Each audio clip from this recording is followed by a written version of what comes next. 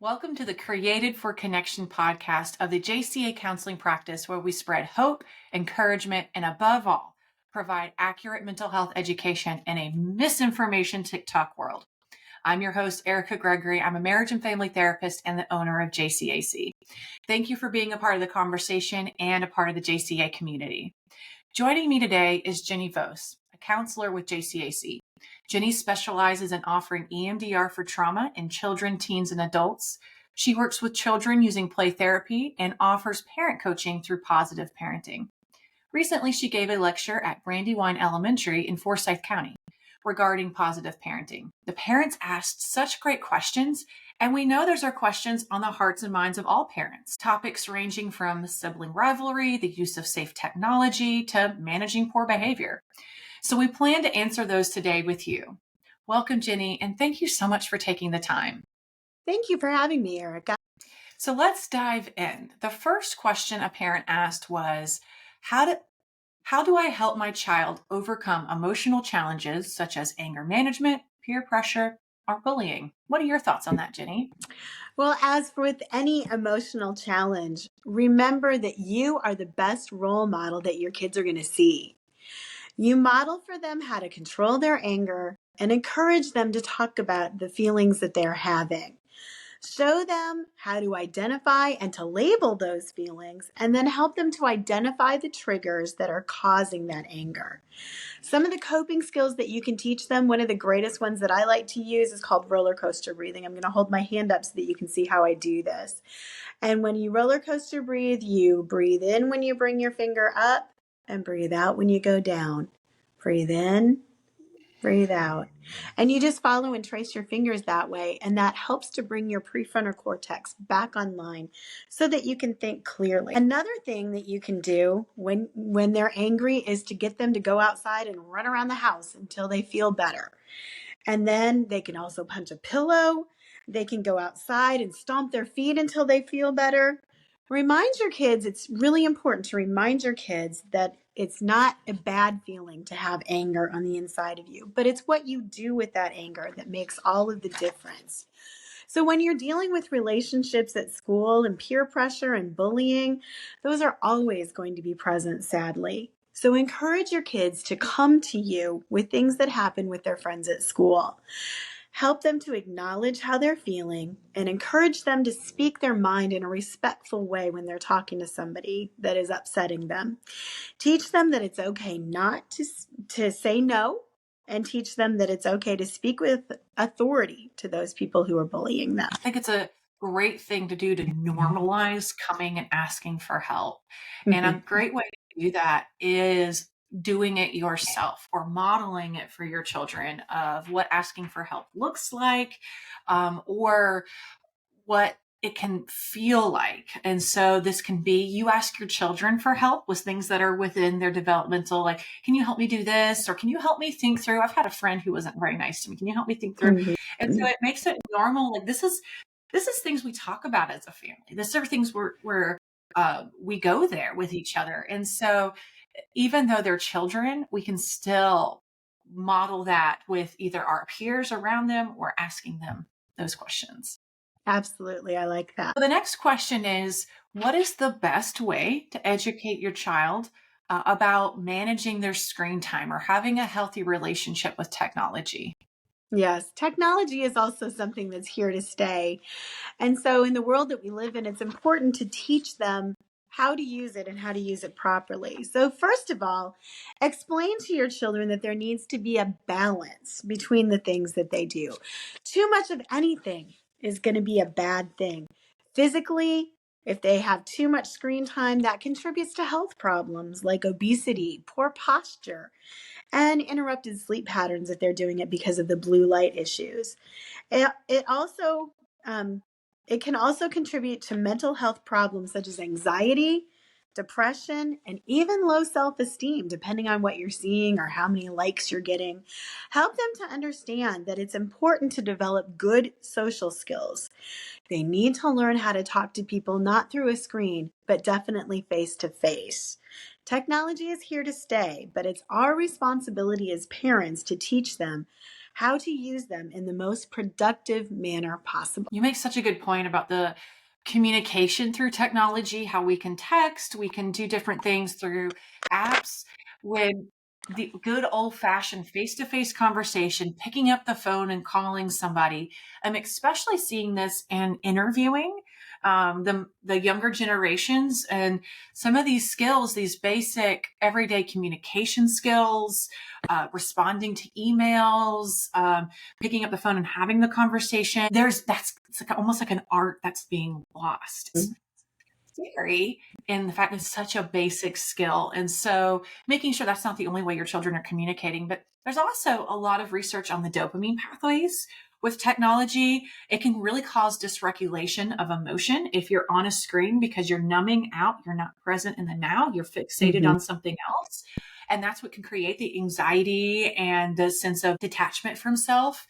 And so it can really make the everyday feel mundane because the dopamine pathways are being overly triggered, which is the pleasure part of the brain. It's the same pathway that's triggered when you're drinking or using drugs. And so it can get addictive. And there's a lot of research around that.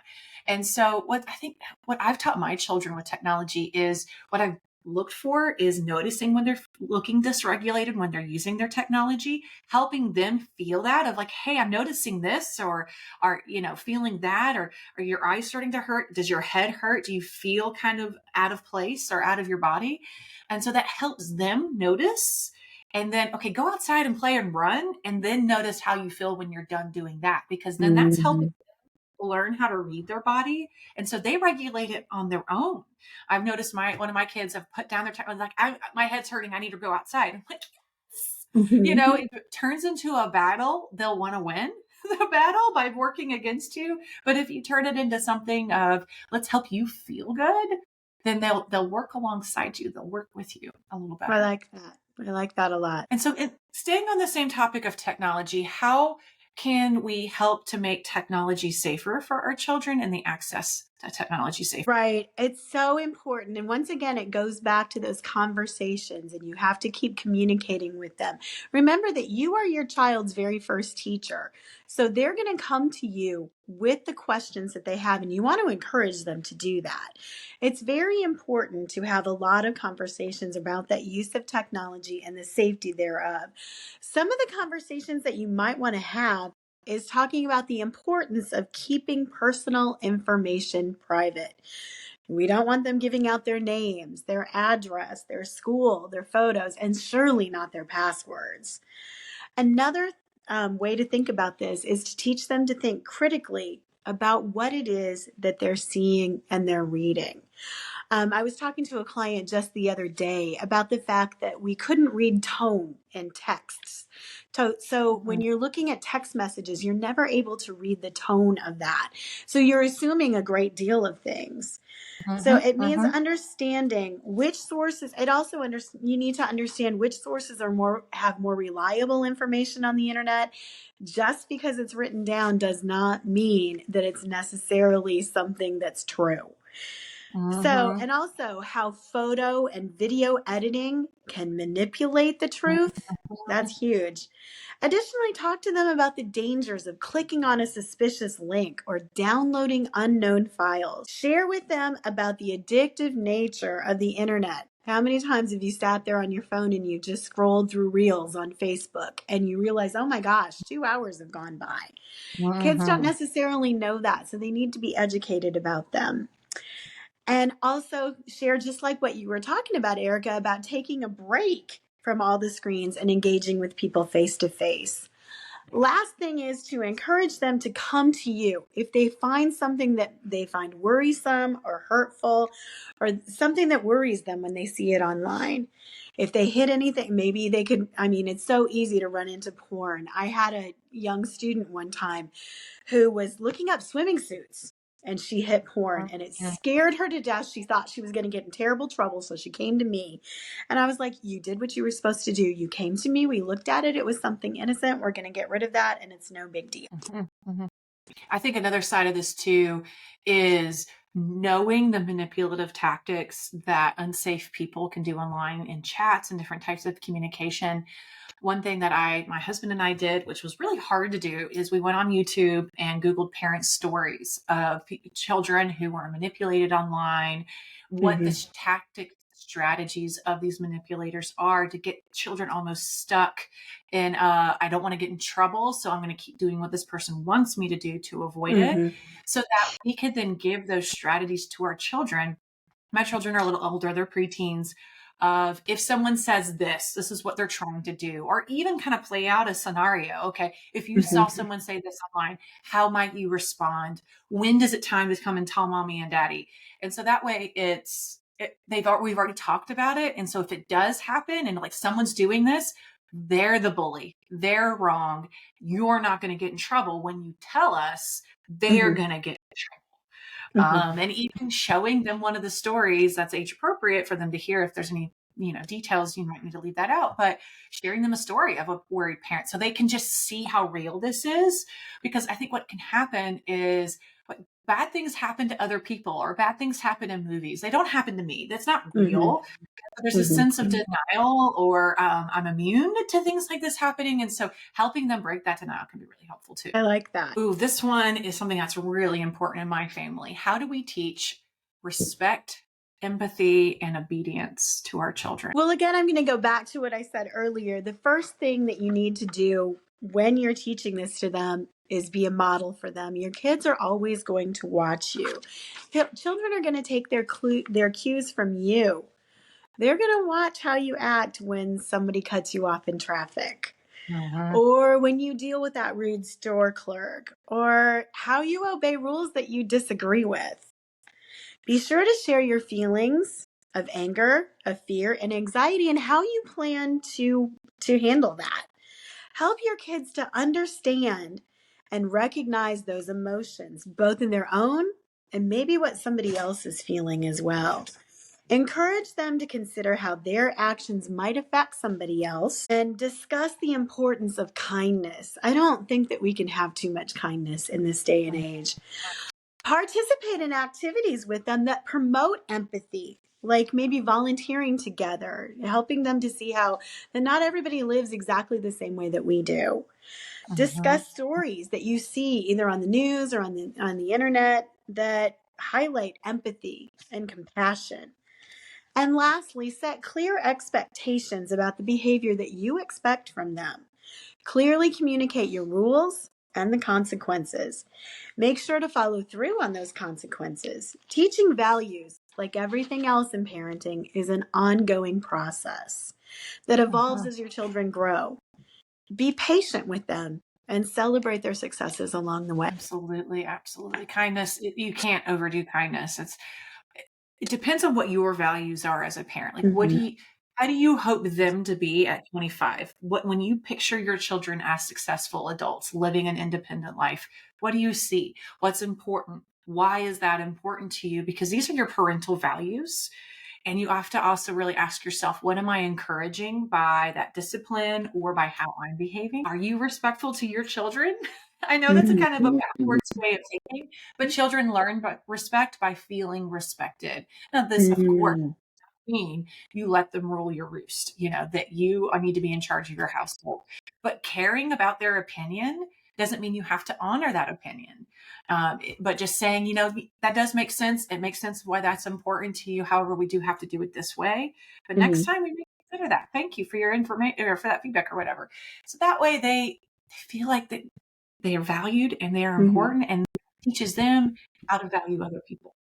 If they're never modeled it, how are we expecting them to behave that way? That's right. Absolutely. So here's a doozy. I've gotten a lot of questions about this over the years as a counselor myself, about how best to deal with sibling rivalry or sibling conflict. So the first thing that you need to remember when you're dealing with sibling rivalry is to stay neutral. That might not always be easy, and no matter what you do, it might appear to one child or the other that you're favoring them over me. You like them more than you like me. But you have to be fair and treat each child with equality to prevent that favoritism feeling. Give all the children in the conflict, a chance to share their feelings and in a calm and clear manner. And also, another thing that you need to do with kids, if you've got more than one, is to celebrate the differences between those two kids. Mhm.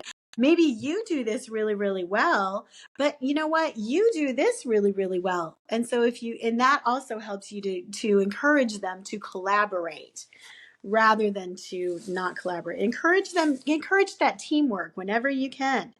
Have them work together to do the dishes, to clean their room, and even to work on homework. The older ones can read to the younger ones, or the younger ones can read to the older ones, and the older ones can help them with that. They can do flashcards, whatever works. But anything that you can find that will foster a sense of collaboration rather than that sense of competition. And then Mhm. use this as a moment to teach positive conflict resolution. That's something that they're going to be doing all their life, so they need to be able to do that with their siblings. Help those kids to develop those problem-solving skills. Use it as a way to help each child to work on their communication skills as well. Help them to use those I statements. Show them how to negotiate and even the fine art of compromise. Lastly, you can create individual spaces for those kids. Allow each kid to have their own space, even if it's within the same room that they have to share. Or give them a certain place in the house where they can have autonomy and they can create that space and it can look however they want it to look. That's going to help them to be able to work together better. Another question I would have is, why is there a rivalry? Of kind of like looking at the base, the family system, or Mm-hmm. what's encouraged in the family, what the relationship with that you have with each child, what that is like, and is there a sense of competing for your time versus we know we'll get the time we need? And then also, what are you modeling in how you handle conflict with your spouse? Are you teaching them this is how you fight, and everything you get you have to fight for? Mm-hmm. Or in this household, everyone's opinions matters and everyone's going to take turns with kind of getting their way. So I Mm-hmm. would even set up situations with you and your spouse intentionally of, okay, when we're in the car this afternoon, we haven't really decided what we're going to do for dinner yet. Let's disagree on what we're going to do for dinner. And then let's listen to each other's opinions and come up with a compromise and make it obvious and loud enough for the children in the backseat to hear us. And do this regularly with different natural circumstances and scenarios. This is every time there's a disagreement between you and your spouse, this is a great way to model how we handle disagreements in a way where walks away feeling respected, heard, valued. Sometimes there isn't a compromise. Sometimes there isn't a solution, but then it might be, okay, this time, you know what, it's more important to you. So this time you take it. Next time it'll be my turn to choose. We can find other ways. And so our children are learning from this, and you can even model or use that example later of, Mm-hmm. okay, you and Johnny are fighting. Remember how mommy and daddy fought last week in the car? And this is Mm-hmm. how so let's use those same things. Okay. What's Johnny's opinion? What's your opinion? Mm-hmm. How do we care about each other's opinions? And then how do we find a middle ground?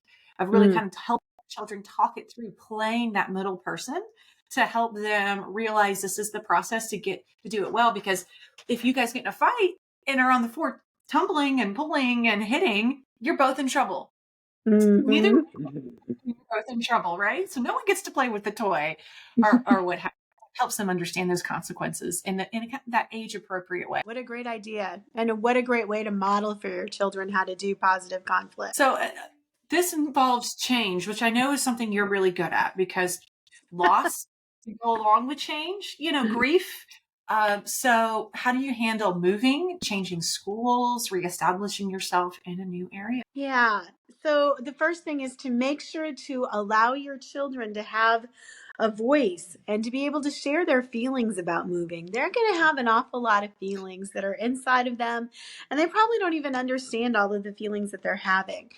Validate those feelings that they're having, and even share with them parts of the move that are going to be hard for you too.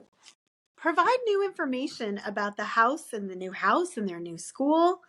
Accentuate the positive here about things with the move. We're going to get a fresh new start.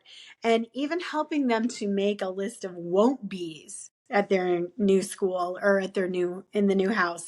Maybe there won't be that kid in the class who is mean, or maybe they'll get an extra half hour of sleep because the new school doesn't start quite so early. Anything that you can do to get them excited about the move would be a great thing.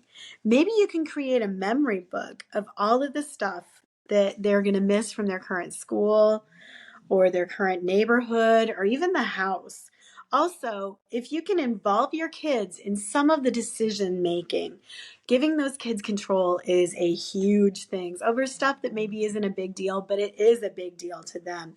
Maybe you can allow them to pick out something for the new house or their new room, or participate in decisions about the new house. Maybe you're deciding between two colors and give them a vote too.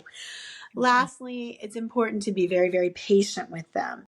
It's going to take time for them to adjust to everything that's new. So don't be surprised if tears come up, even after you think, okay, they've got it. They're good. They're adjusted to the new place. And then boom, the tears happen. That's part of it. Just listen to that, be there for them, and then validate those feelings. Listen to their concerns. The more we avoid the sadness, the more it's there. Mm-hmm. The more we process something, we've moved through it. And so I've seen this happen a lot with parents of where the child's sad and they're trying to like, oh, but this is, and oh, this, and oh, that. They're trying to like almost change their child's mood. Mm-hmm. When you give the advice of making it look as positive as you can, I don't think you mean that. That's just like kind of painting a good picture, a good vision when you're first introducing it. When your child's sad, let them be sad. Oh, I Mm-hmm. can see your tears. I see how hard this is, or I see how sad this is. I'm sad too. I'm going to miss. What are you going to miss? And giving them permission to feel it. Because when we try to prevent our children from feeling sad, or we try to help make them feel better, we're really trying to make ourselves feel better, because it's hard to see someone we love hurting.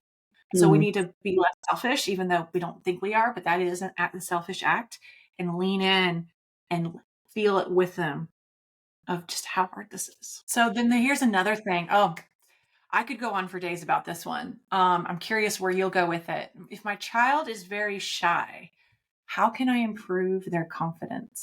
First of all, if your child is shy, it can mean a whole lot of different things. It doesn't necessarily mean that they have a crippling social anxiety disorder. It could just mean that they're feeling awkward or nervous, or that they're worried that they're going to do the wrong thing in a social situation. So instead of doing the wrong thing, they do nothing. And that comes across as them being shy.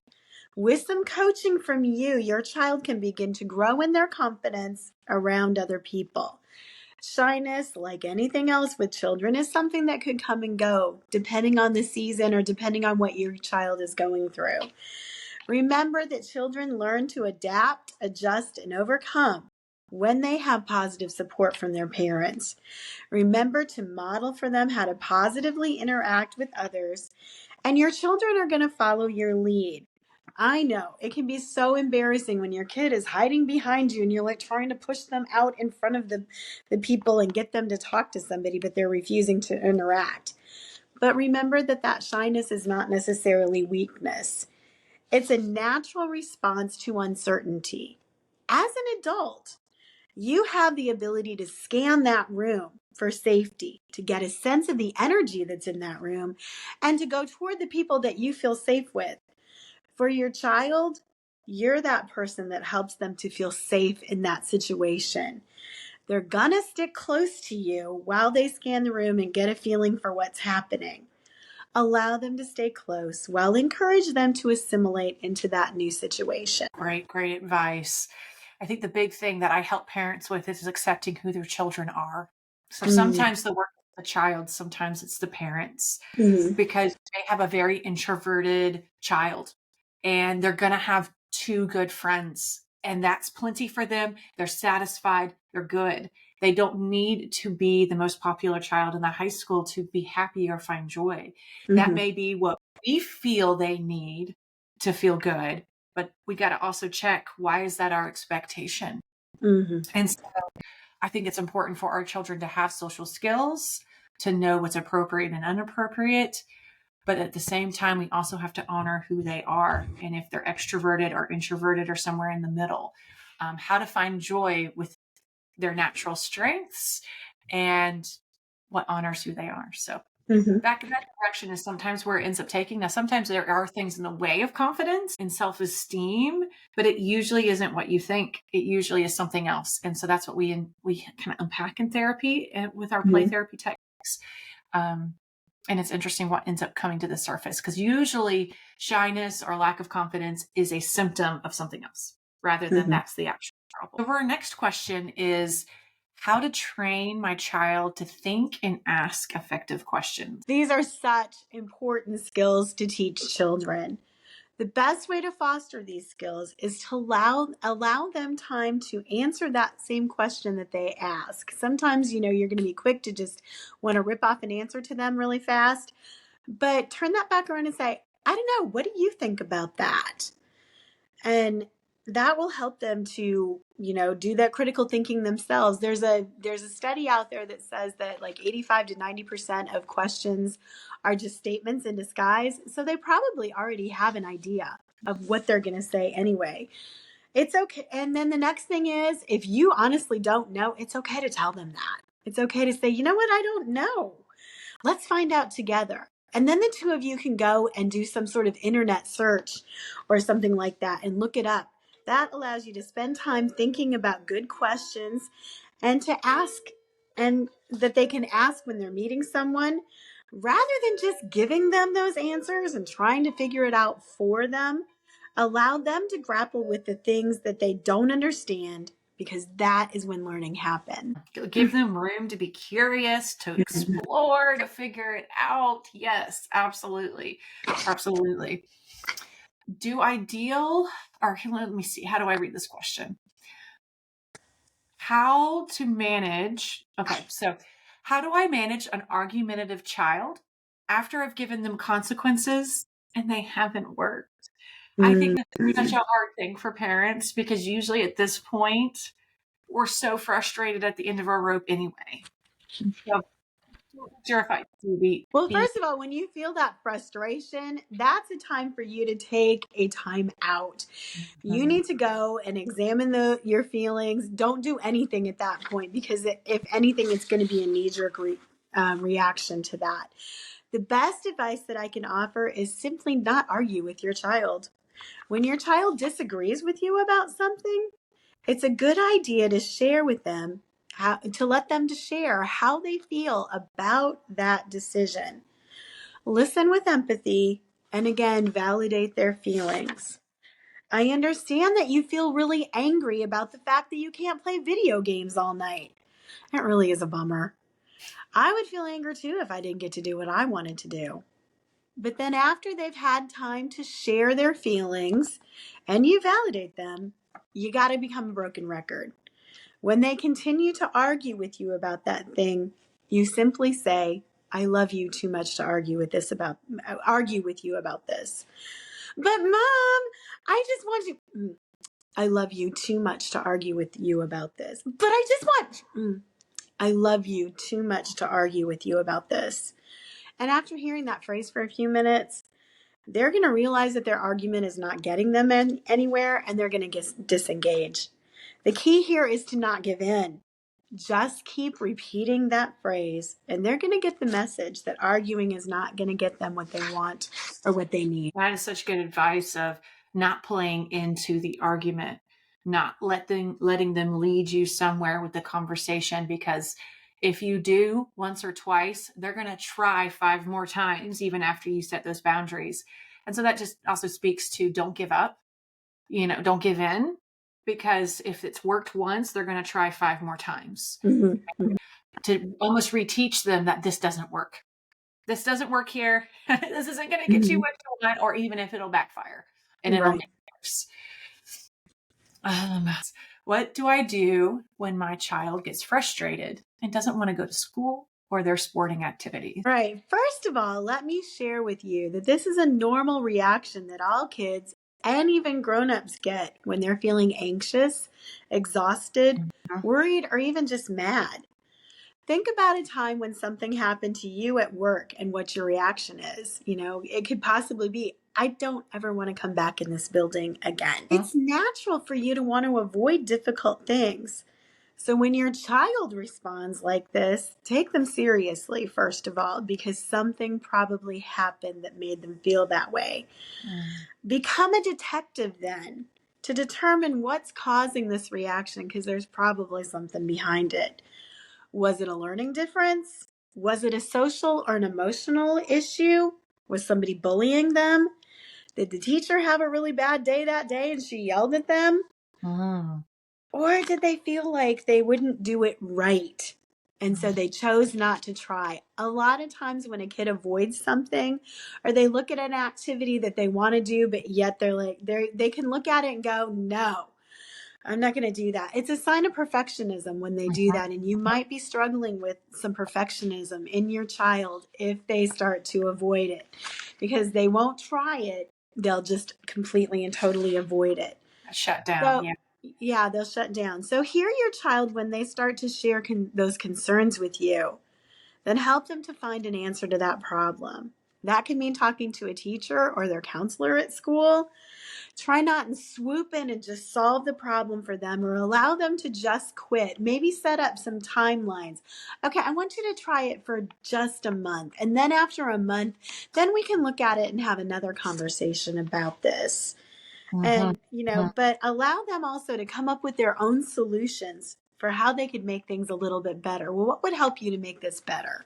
Listen to that. And if it's reasonable, put it into practice. Absolutely. I love the don't swoop in. If we swoop in and protect our children from every little thing and make it to where they don't have to figure things out on their own, what are they going to do at 18 when they move out and go to college for the first time and have to figure out a conflict with their roommate?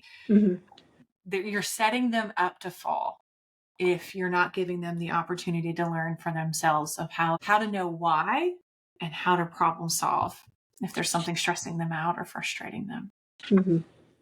This one I get a lot as a counselor when working with parents is, what do I do when my child becomes sneaky or is lying to me? Well, the biggest thing that I can say to any parent about absolutely any situation that they're going to deal with their child is to simply be there for their child.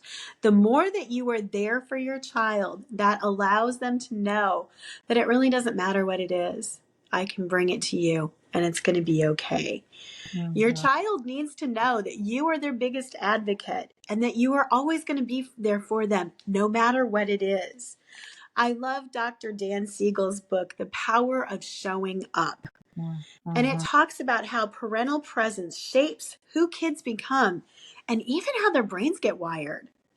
By showing up your kids that it doesn't matter what the problem is and that they can bring it to you no matter what, but you're still going to love them. It helps them to know that they can come to you with what it is. And you set that up now with them so that when they get older and they do the sneaking and lying thing, they're less likely to do that. There's kind of a direct correlation with their bond with you and how much they're going to sneak around or lie to you. That's exactly the point I make with all my parents. Hitting the nail on the head of sneaking and lying suggests that there's a lack of trust in how you'll handle it. Now, in some circumstances, we need to be tough and handle it. We need to set boundaries. We need to put them in trouble.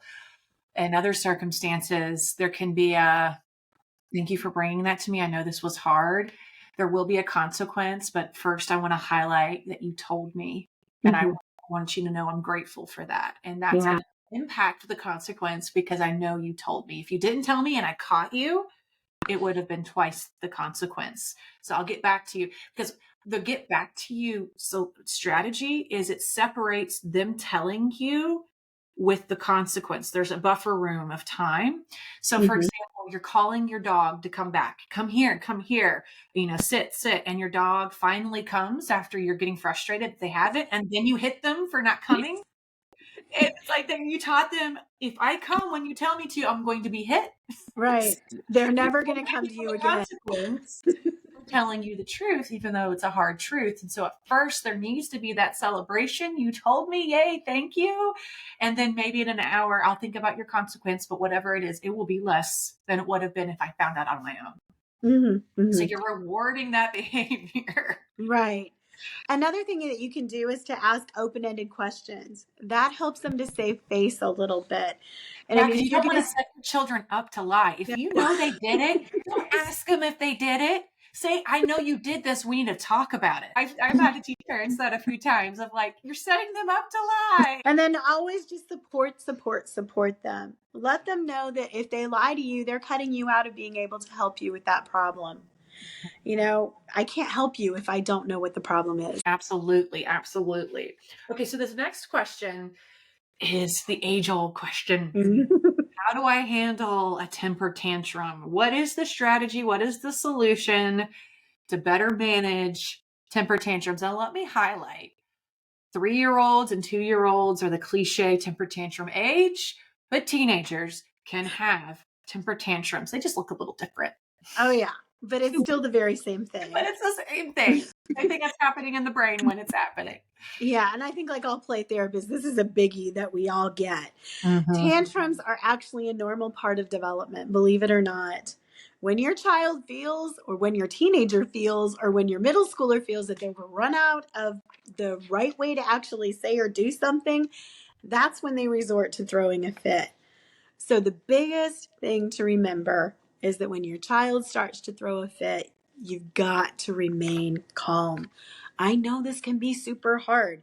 They're being unreasonable. They're being disrespectful.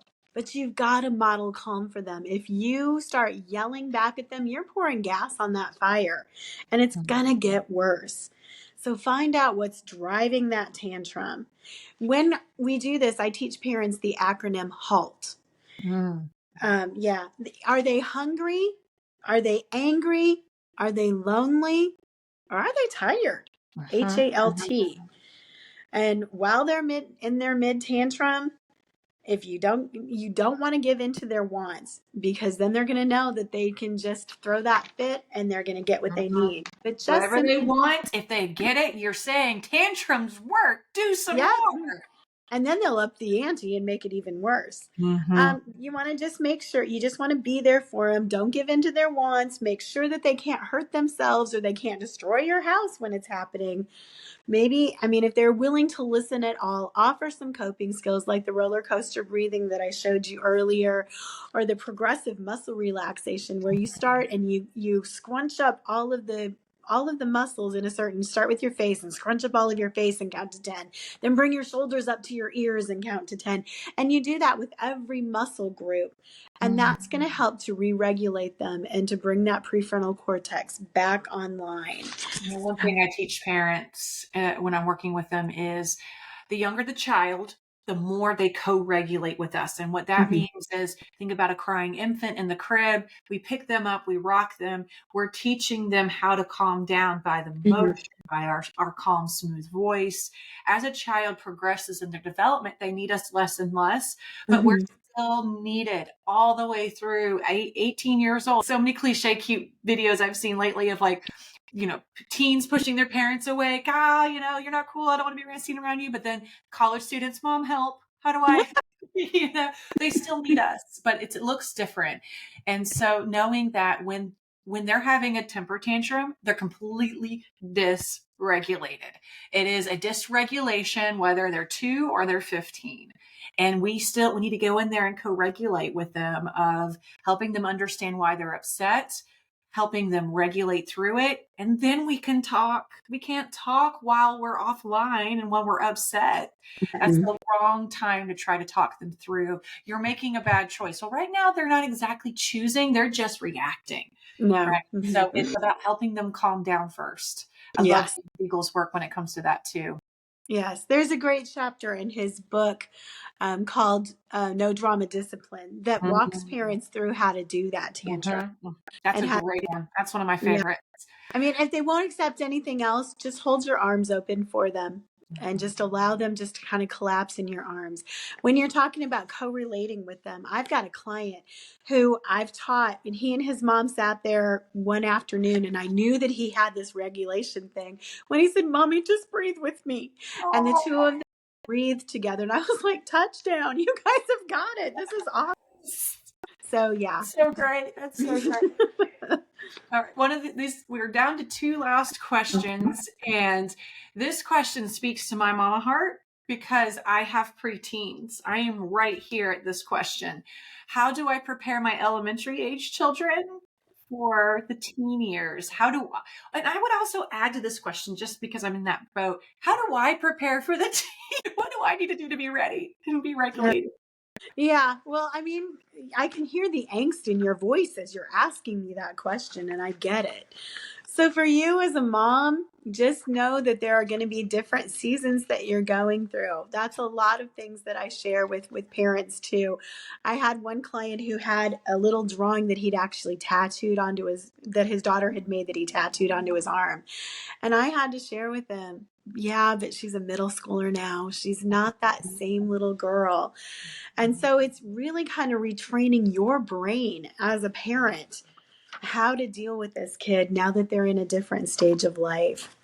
So the same kid that could be so wonderful and gets in the car and shares with you all the stuff that happened at school is now turning into a moody, mopey teenager that only comes out of their room when it's time to eat. So the first thing that I can share with you and tell you is to set up really good guidelines and boundaries in your house now, so that your kid knows what to expect, regardless of how old they get. This is the way my mom and dad are going to deal with it, because this is what I know from the past that they've dealt with things. They're familiar with your expectations, and you base those expectations, and they know that those expectations aren't going to change. So as they enter into 4th and 5th grade, begin to have conversations about trust and about what that looks like. Share with them that as they enter certain ages, they're going to be given more privileges. But with more privileges also comes more responsibility. And so share with them that you're expecting more out of them. You know, you want the best for them, but you also expect the very best from them. Yeah. Yeah. Understand that with teenagers, there's an invisible bubble that they want to live in. You're going to have to communicate with them differently when they become teenagers. That same teenager who loved to talk about everything that was going on at school as when they were little is now going to start to answer you with 1-word answers, or 2 or 3 words, like, I don't know, fine, nowhere, nothing. Look for times when they're going to open up to you. When they're doing that, obviously they don't want to talk and they're just doing their own thing. But look for times when you can talk to them and have those more difficult conversations, or a more serious thing. I knew one parent who was able to get their child to open up a whole lot more when they talked to them in the car. So they would, think about a car, you're both sitting side by side, nobody has to look at each other, and you can just kind of feel what you're feeling. If the tears roll down your cheeks, nobody's going to see it. It's going to be an okay thing. So look for those times when they are open, and, grab them at those times. And if it doesn't work, look for a different time and start over again later. Good. Great advice there. Of just expectations of who our children are, then they're not little children. I'm slipping through pictures of my daughter who acts a lot like a teenager right now. And just the awe on her face as a little girl when she got a cupcake, so exciting. And now it's like, Mom, I don't want a cupcake. It's like, the little joy, yeah. So definitely the shifting your expectations of who they are and who are they becoming. All right. This is, I think, the most important question of the day. I feel like this is on a lot of parents' hearts and minds. When is it time? How do I know it's time to get my child help with counseling? Yeah, the first thing that you want to look for with this is changes in their behavior, in their mood, and in their personality. They were always this way once, and now all of a sudden they're doing something else. And you're just like, I don't know what to do with this. And so that might be a good time to reach out to counselors. Another thing is if they're all of a sudden persistently sad. They aren't taking joy in things that they used to enjoy. They're irritable. They're withdrawn. They're not liking life. And it seems as if they're not actively pursuing life. When that starts, it's definitely time to call in the professionals. Maybe they have extreme fears or anxiety that's beginning to interfere with their daily life. Or maybe they're struggling with things socially. Talking to somebody about that is definitely a good thing to do. Or you're having a family issue. A lot of the kids that I see are kids that are managing their parents' divorce. And so, the parents are dealing with their stuff, but the one who a lot of times picks up the check for that is the kids. And so if they have somebody to walk alongside them, somebody that they can share what they're feeling or how they're feeling about that, or even questions that they didn't know that they even had. A lot of the kids that are dealing with their folks' divorce come to me and I I would want say if you're getting a divorce, your children need to be in counseling. mm-hmm, I've worked with a lot of divorce cases, mm-hmm, and think about it this way. If it was something that progressively went south in your marriage, you felt the progressive change, the distance, the loneliness, the tension, the arguments, the fear, different things. Your children don't experience it quite like that. They go from my parents are married and I'm in a home, and maybe they do feel tension or they see you arguing, but it goes from I have an intact home to now I don't. mm-hmm, So they're starting the grief process from stage one. When you started grieving maybe a year ago, when you were feeling the distance grow in your marriage. And so now you're kind of accepting here we are, and this is why your children are just now going, what's happening? And mm-hmm, so mm-hmm. they need time to process, they need permission, they need support, because going to you about being upset or going to dad could also alienate the other parent. And so they may even hold it all in because they don't want to make it worse. So Mm-hmm. a lot of reasons why, if you're going through your divorce or you have, and your child isn't quite the same sense, maybe they're more quiet, maybe they're more shut down. Right. And they always have a tendency to, children of divorce have a tendency to think that it's their fault. Yes. And They so they need, internalize that of right. if I didn't lose the spelling bee, then my parents would have never fought and they would have never gotten divorced. That's exactly right. And Yeah. even though it's like really far stretch, like how did you go from spelling bee to that? They somehow make it work in their mind. They justify it Mm-hmm. through Mm-hmm. that lens. Right. Another reason that kids might need to see a therapist is they've gone through some sort of trauma. Maybe it's a car accident that they've been through. Maybe their house burned down. Something like that. They need somebody to be able to process that with. Any sort of significant life changes that they've got. Also, one thing huge that parents need to look for is unexplained physical symptoms.